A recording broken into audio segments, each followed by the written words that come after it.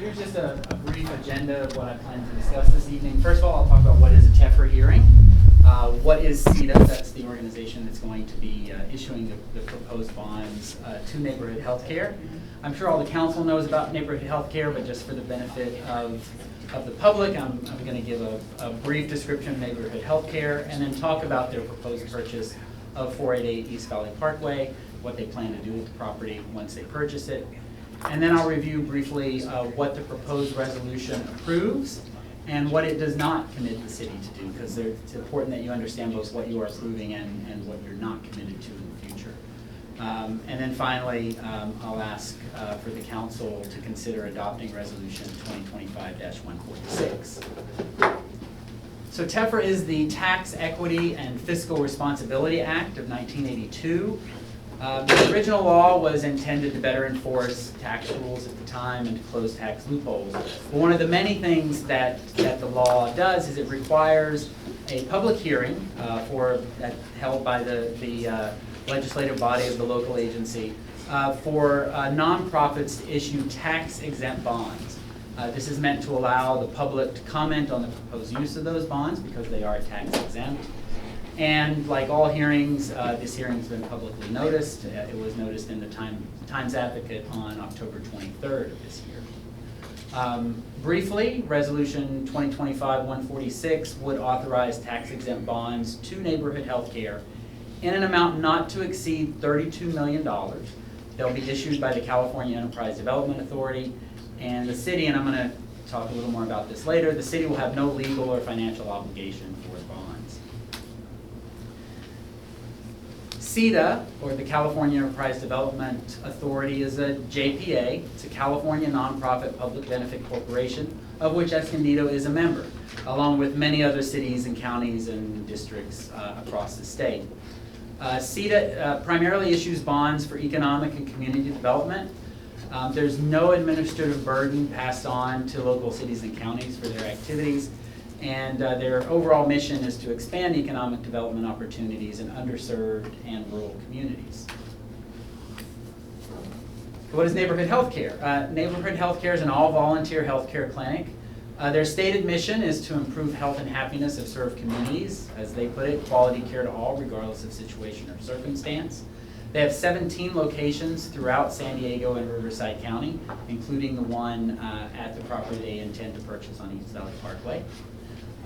And their services are provided to approximately 77,000 people annually. Here's a couple of photographs of the property. It's at the corner of East Valley Parkway and Hickory, right across the street from the Palomar Heights development that's currently under construction. And Neighborhood Healthcare wishes to purchase this property. They are presently a tenant at the property, along with several other medical providers.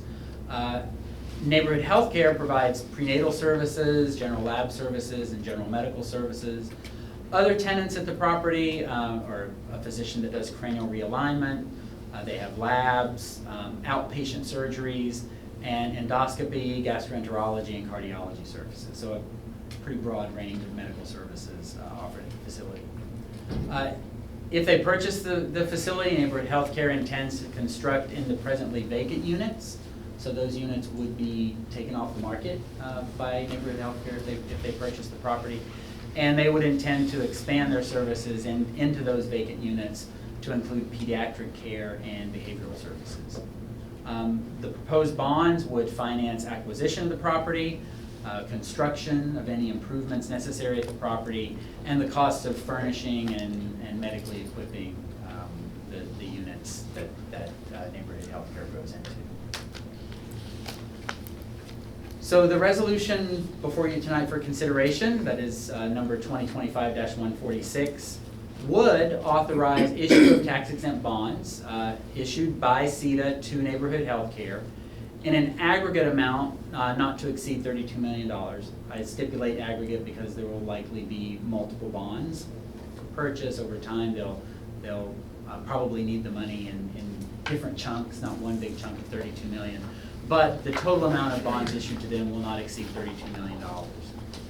I want to be clear on what adopting this resolution would not do. It would not place any legal or financial burden on the city. Neighborhood health care will be solely responsible for the bonds. It won't require any future action regarding CETA or the proposed bonds. And probably most importantly or most interestingly to you, it won't obligate the city concerning any future planning or building permit applications. Any changes of use at the property, any building permits they need, they'll still have to apply for those permits. They'll go through the usual process. And to the extent that those changes of use would require council approval, they'll have to come to council for you to consider. And you won't be obligated to make any particular decision simply because you've authorized issuance of these bonds. And so with that, the recommended action, the staff recommended action tonight is that you adopt Resolution 2025-146, approving issue of revenue obligations in an amount not to exceed $32 million by CETA to Neighborhood Healthcare for purchase, construction, and furnishing of 488 East Valley Parkway.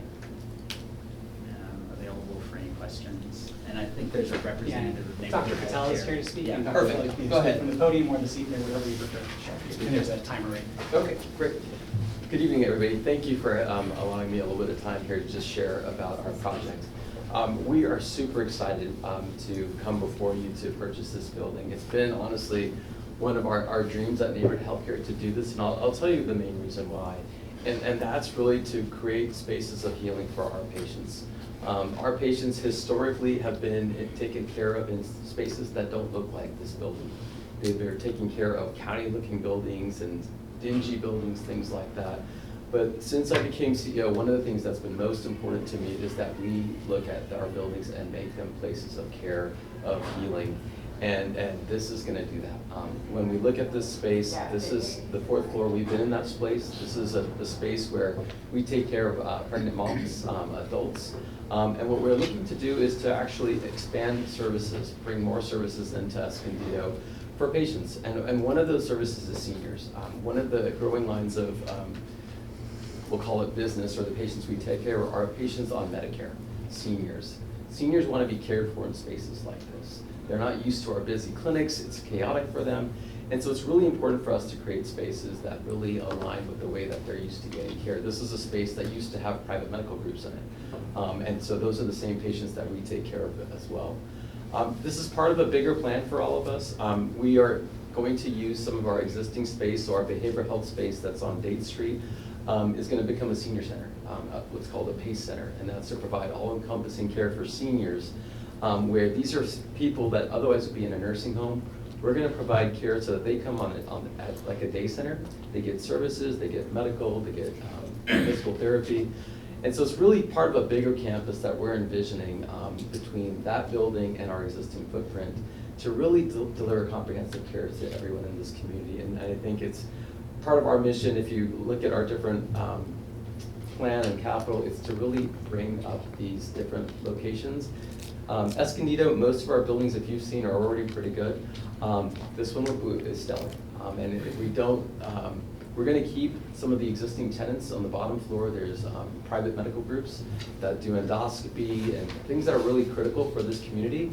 We're going to work with them and partner with them. We don't anticipate moving them out. We actually want them as tenants in this building because there's synergies in care between what they do and what we do. And so we just see this as a way to really bring high quality care that we provide in 3 counties and really bring it to here in Escondido, and look forward to really some great work ahead and really serving patients.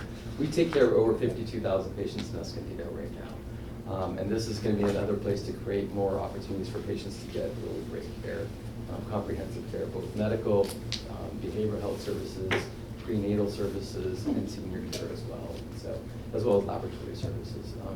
I could go on and rave about how excited I'm about this, but I'm happy to answer any questions if you have any. Anybody have any questions? Yes, I do. Hi, thank you for coming. I'm really happy that this building will be fully utilized because one of the fears when the hospital went away is that that was going to just continue to be vacant. So I'm really glad that, to have tenants in that space. You mentioned about changing the focus on the Date Street building that you have, which I think sounds really great. It seems like you have a big vision for health services in our community. Everything sounds great. are there any of the current sites that you have now that because you this site, you'll be fully operational on this site, that you're gonna be closing? Or are you just, are you expanding? Yeah, so that's a great question. So the one that we most likely will close is a small practice we have on Grand Street. It used to be a old senior clinic. Right now it's doing clinical research trials for us.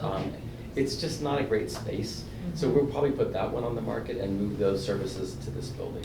That's the only one we foresee right now. I'll be honest, with healthcare reform and what's happening right in the space, we're not quite sure. But right now that's the only one. Got it, okay. That's all the questions I have, thank you. If there's no other questions, I'll just say, yeah, this sounds great.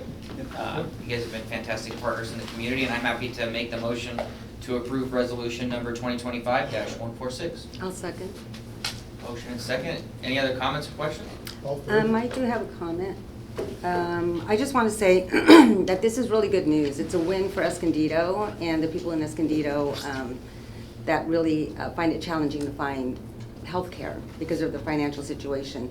One thing that I think is, and some of you may or may not know, but I just want to make sure that the public knows, that what neighborhood health care also does is when the patient can't come to them, it's almost like home visits. I see the dental mobile unit at schools, the medical checkups. Also, there's behavioral services, and the senior center PACE. I've heard stories of seniors who, were just in a bad place, not socializing, downward spiraling, and then once they were picked up and provided services at PACE, their whole life their outlook on life changed. So I just want to thank you for that. So yeah, this is an exciting time for neighborhood health care, and thank you for your service. Thank you. When the new PACE place opens, we want invites. Of course.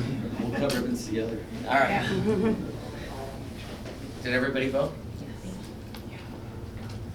I should have asked, was there any other public comments on this item? None were submitted, Okay. and the motion approved 5-0.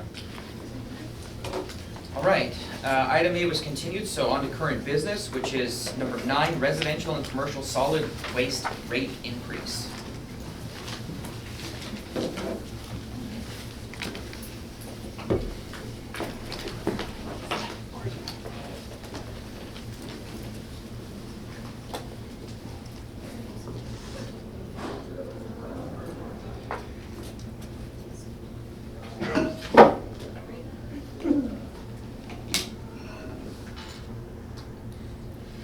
Go ahead. Go for it? It's all Okay. yours. So good evening, Mayor, Deputy Mayor, and the members of the council. My name is Kim Silva. I'm the Utilities Environmental Programs Manager. Presenting the residential and commercial solid waste rate increase. I'd also like to mention that the representatives of Escondido Disposal are here with me tonight. We have Steve South, the president, and Matthew Clare, the general manager. Today's presentation agenda will include a brief overview of the franchise agreement, the fee summary, a few partnership highlights, and the recommended action.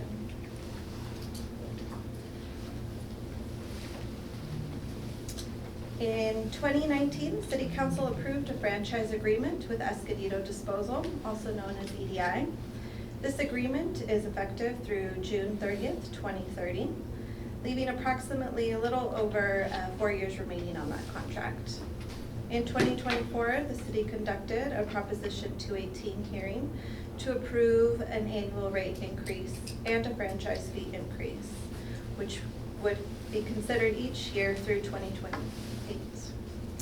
The last authorized rate increase to be considered in 2028 will set rates for 2029. The agreement allows EDI to increase rates annually upon City Council approval in accordance with the change in the previous year's Consumer Price Index, also known as CPI. The Consumer Price Index is a measure of the average change over time in the prices paid by the urban consumers. The San Diego Consumer Price Index, CPI, for all urban consumers increased by 3.8341%. We use the first half of 2024 and the first half of 2025, which is the most recent information. Additionally, in 2024, the council authorized EDI to increase that franchise fee by 0.5% annually. The current franchise fee is 13.5% and is scheduled to increase to 14% in 2026. The franchise fee is independent of the increase in CPI. So on September 30th, 2025, the city received notice from EDI requesting an increase in the solid waste and recycling rates in accordance with section 13.2 of the agreement. Pending approval this evening by City Council, residential and commercial rate increase notice will be mailed out to all those account holders in English and in Spanish, notifying them that the change will go into effect starting January 1, 2026. So solid waste rates are based on 4 components. There's a base fee, a franchise fee, AB 939 fee, which is funding from EDI that the city receives to implement recycling and waste reduction programs to help city residents and businesses reduce waste through recycling. There's also a household hazardous waste fee, which refers to products containing toxic chemicals used around the home that are not collected curbside by EDI. This is also funding from EDI that the city receives to ensure those hazardous materials are disposed of safely. So the table here shows a typical commercial account with a 3-yard bin that is serviced once a week. You can see the base rate would increase by that CPI 3.8341%. The franchise fee would increase by 0.5%, and there's no proposed changes to AB 939 or the hazardous waste fee, resulting in a total increase of $6.18 for a commercial account. Now for a residential account, it also is composed of those 4 components that I mentioned for the commercial: a base fee, a franchise fee, AB 939, and a household hazardous waste. The table here shows a typical residential account. So the base would increase by the CPI of 3.8341%. The franchise fee would increase by 0.5%. And again, there's no proposed changes to AB 939 or the household hazardous waste. Totaling $1.35 increase for residential accounts. So where does Escondido rank in comparison with other cities that have similar franchise agreements? Currently, the city is the lowest. With the proposed increase, the city would be the 3rd highest. However, you can see here that the city has a rate increase schedule on a calendar year basis, and the other cities are on a fiscal year schedule. You can also note that the cities are set to have a rate increase this upcoming summer as well, which would then bring Escondido back down, and we've seen that trend throughout the years. Sorry, I don't mean to interrupt.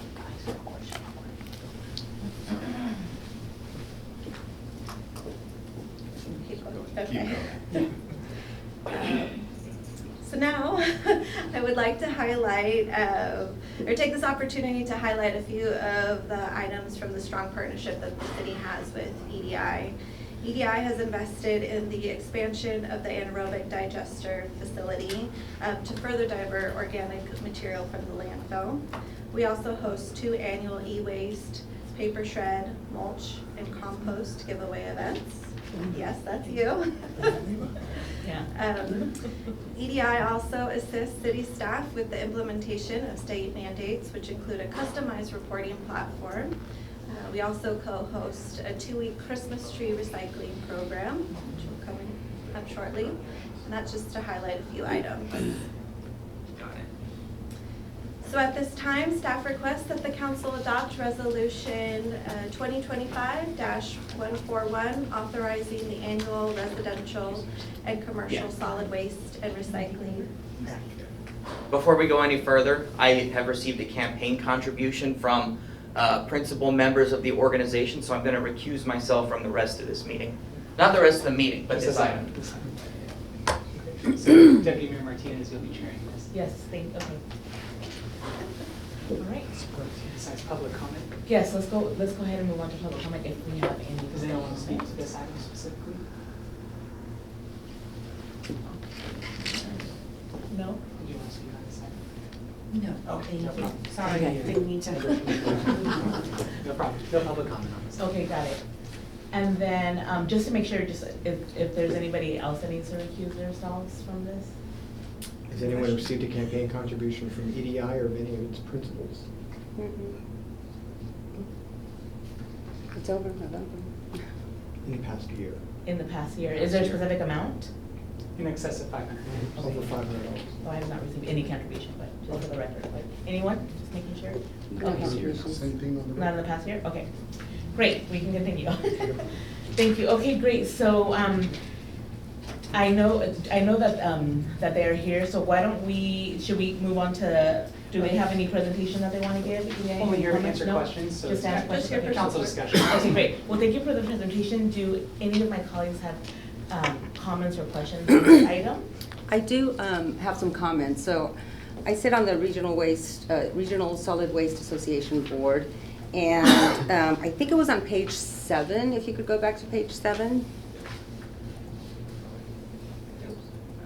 7, where it shows us in number 3, it is important, as you stated, that we are on the bottom as far as what the fees are, which is exceptionally generous, I would say, because we have to think about what we are offered here. The anaerobic digester, if you haven't toured the facility, what that has done to reduce the carbon footprint, what they are doing with the recycling. There's just so many programs that have started here in Escondido that I think maybe only one other place in the state or even the country offers. And also another thing that they do, even at the number 7 spot, is they are consistently the number 1 when it comes to the food recycling program with the restaurants and residents. And so I guess I wanted to give them a big kudos for that. So I think this is reasonable, and I would motion to approve this. I'll second, if there's no other comments. Okay, yeah, so I have a first and a second from Councilmember Fitzgerald, and then Councilmember Bishop Garcia as a second. Any other comments or questions? You do? Go for Yes. it. All right, just the partnership between EDI and the city is great, and I really appreciate that. And so I have a couple of questions regarding the additional services, picking up the e-waste, things like that. Are there additional costs to the residents for that? No. Okay, wonderful. And I would request that maybe a little more advertising or something be done for hazardous waste, because I've had to grab the phone, start looking online and call and trying to figure out what do I do with this hazardous waste I have. So if me being here such a long time, being on council, not knowing what to do with it, where to do, whatever, I think it would be something really positive for the community to know. The other thing is, I know that we're always concerned about English and Spanish, but we do have an increasing Vietnamese community, so I'm just wondering if there is any note, maybe if you need an additional language, go here, anything like that on the bill or something like that.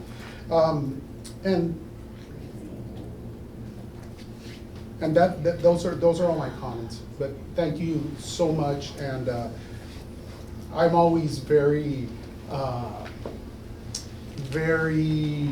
I love talking to my colleagues at the National League of Cities and the California League of Cities of how wonderful and how hard and how much in leadership when it comes to waste management EDI has, and they are in Escondido. So anyway, thank you so much for taking time to be here and making sure that this partnership continues strong. Thank you, Kim. Great, thank you. And then just you know, as far as my comments, I always have great things to say about your company and the partnership that we have. Any progress, because I've been asking for almost 7 years, on social media and just, you know, some digital outreach with our constituents. How's that, any progress on that? Any updates? I don't know if Matt wants to take it or. Like specific for? Yeah, for the, for it's for the, EdCo? yeah, Oh, EdCo. okay. And then I always joke with them about social media. Good evening, Councilmember, council members. My name is Matthew Cleary, General Manager for EDI. I'm happy to report that as of 2 weeks ago, we are now on Instagram. Yay. It's Edco Waste and kind of a big step in our lives. It's Edco Waste and Recycling is Okay. the full name of the Instagram account. So What is it? Edco Waste and Recycling. A short one. That's great. Great. Okay, thank you. And yeah, I just want to echo my colleague, Councilmember Garcia's comments about the hazardous waste. And then one thing that I did learn in my last tour is lithium batteries, don't throw them away. They start fires. So now that you have Instagram, I'm happy to share any PSAs reminding people what not to throw away. So if you put those out, I promise to share them. So with that, no further comments or questions, colleagues? Okay, so then we have a first and a second, and let's go ahead and vote. Voting is open. Motion approved, 4-0. Mayor White recused. Okay.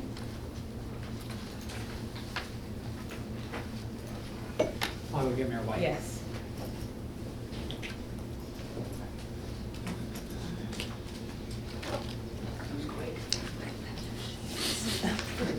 And then I'll let Mayor White finish the meeting.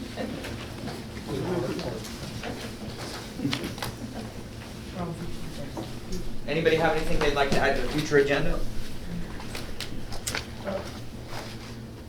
Sounds like we I got a few. do, actually, I do. We'll start down there and come this way. Yes.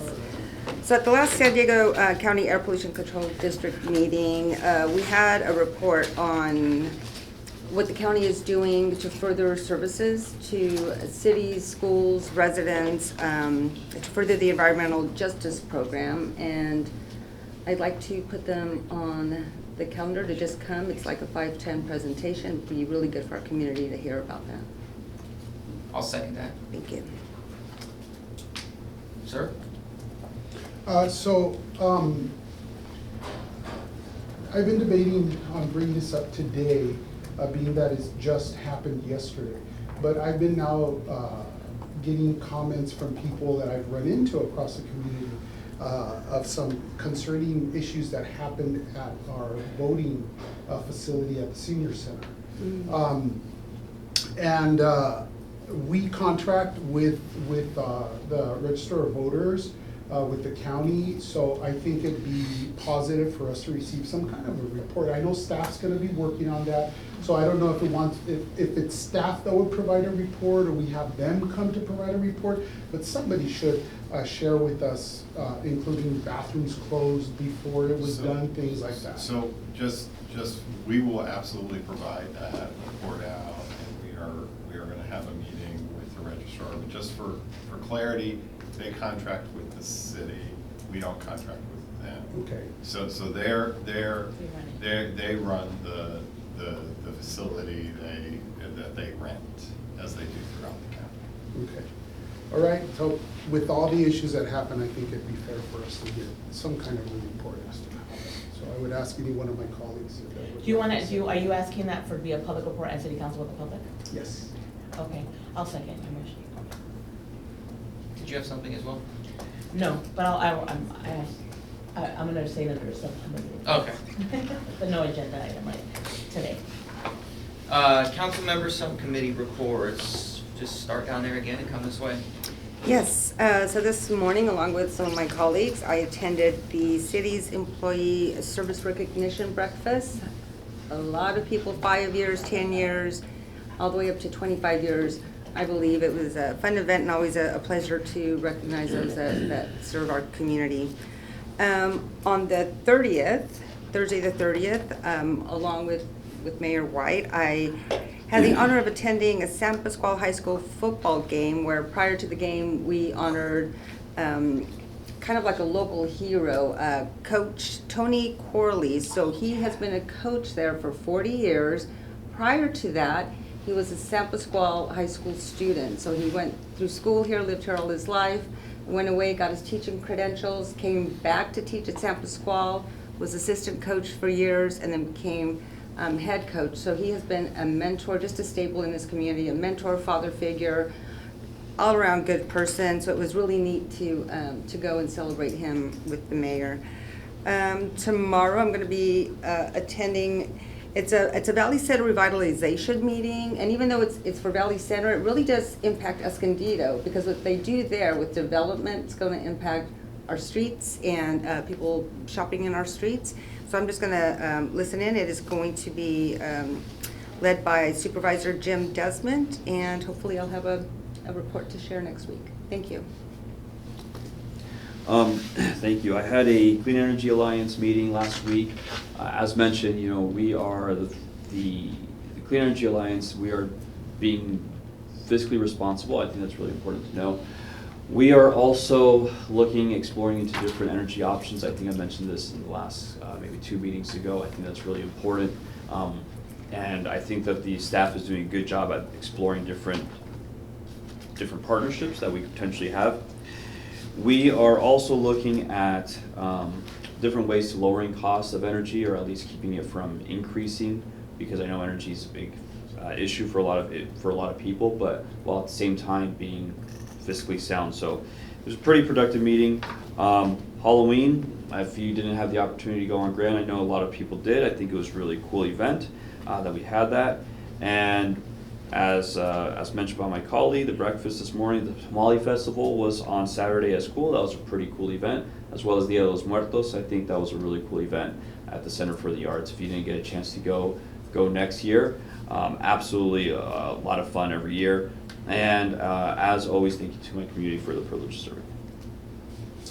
All right, also, Dia de los Muertos, I didn't have a chance. I ended up working late, wasn't able to attend, but was aware of everything going on, and the reports out, the pictures, it sure seemed like it was really, really awesome.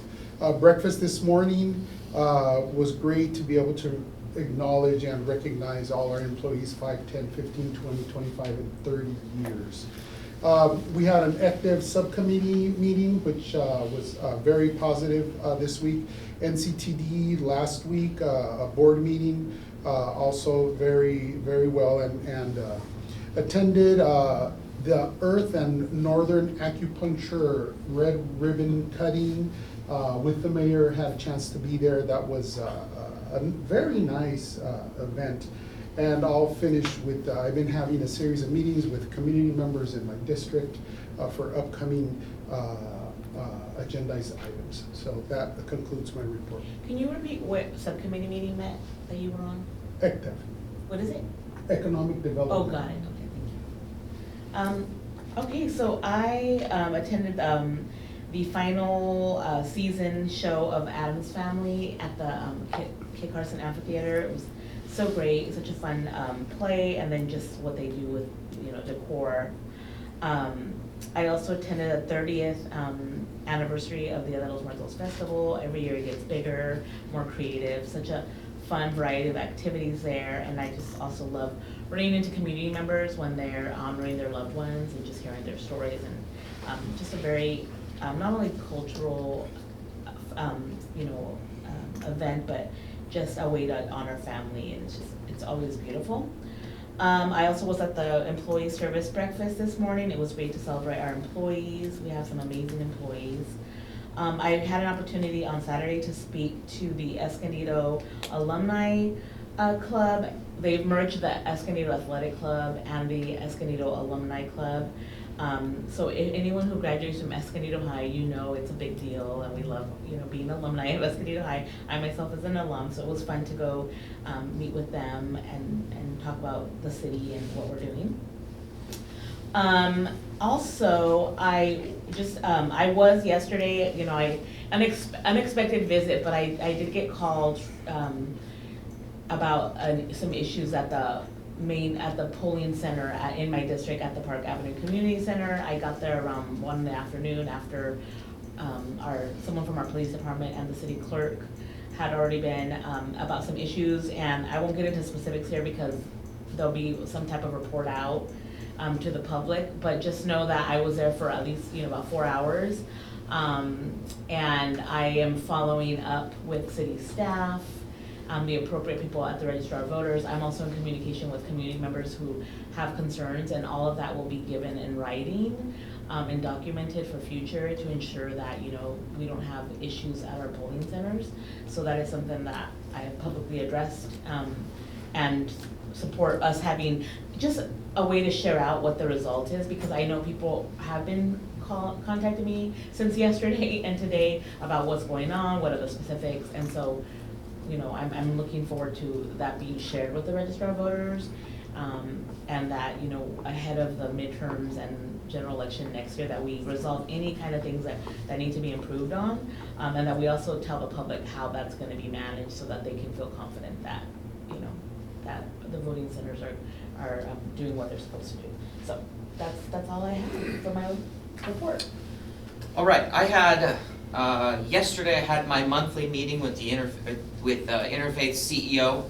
We discussed, he gave me an update on the continued success of the detox beds, and also updated me on what they're doing to provide food to the community while the EBT thing is going on. Economic development was fascinating, talking about the property and business improvement district that at some point the council will see. But I'm looking forward to that. Had a LAFCO meeting. We got an update on where La Jolla is and their quest to secede from the city of San Diego. And then I was at the Coach Tony Corley event. That was phenomenal. Really cool to see just probably that couple thousand people all appreciating this coach that had been there for 40 years. On Friday, so every Monday and every Friday I go to a different elementary school and play soccer in the after school program, and after several weeks on Friday I finally scored my first goal against some 5th graders. Saw that. So it was cool, but that concludes my report. Nothing to report. Any other public comments? Any other public comments? None. We almost beat the record for shortest meeting, but this one's adjourned.